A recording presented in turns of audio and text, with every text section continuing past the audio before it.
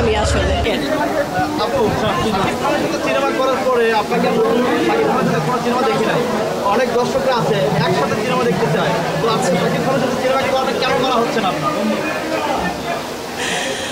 এই কোশ্চেনটা আমাকে এতবার করে, আমি কি অ্যান্সার দেবো আমি খুঁজে পাই না।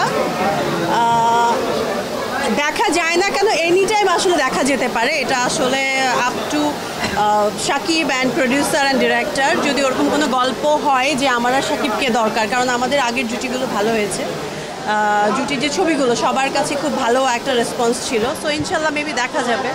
আপনাকে সবসময় আমরা দেখি অ্যাকশন ধর্মী সিনেমা আপনি করেন, অ্যাকশন টাইপের সিনেমা আপনি সবসময় করেন, আসলে রোমান্টিক টাইপের সিনেমাতে খুব কমই দেখেন। রোমান্টিক টাইপের সিনেমা শাকিব খানের সাথে দেখতে চায়, আপনার ভিডিও ছাড়ার সাথে কমেন্টের বন্যা বয়ে যায়। তো আসলে আপনার যারা দর্শক আছে তাদেরকে হয়তো নিরাশ করবেন না আপনি।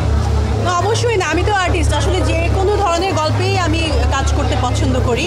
আর অ্যাকশন ধর্মী ছবিতে অনেকে আমাকে খুব পছন্দ করেছে, আবার রোমান্টিক ছবি যে আমি করি নাই সেটা না। শাকিব আর আমার রাজত্ব খুব রোমান্টিক একটা ছবি ছিল, নোলক রোমান্টিক ছবি ছিল, হিরো দ্য সুপারস্টার, অনেক এরকম আরও অনেকগুলো ছবি ছিল।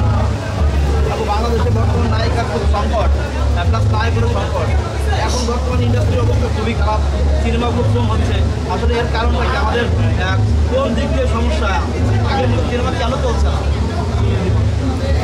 যারা ভালো আর্টিস্ট আছে ওদেরও তো আসলে কাজের ল্যাকিং আছে, অনেক টেকনিশিয়ানেরও অভাব আছে, তাই না?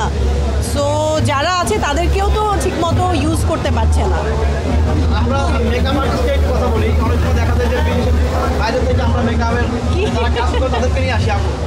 বাইরের কান্ট্রি থেকে আমাদের বাংলাদেশের সিনেমা করার জন্য ভালো ভালো মেকআপ ম্যান ভাড়া করে নিয়ে আসি। আমাদের দেশেও তো অনেক ভালো মেকআপ ম্যান আছে, তাদেরকে কেন নেওয়া হয় না?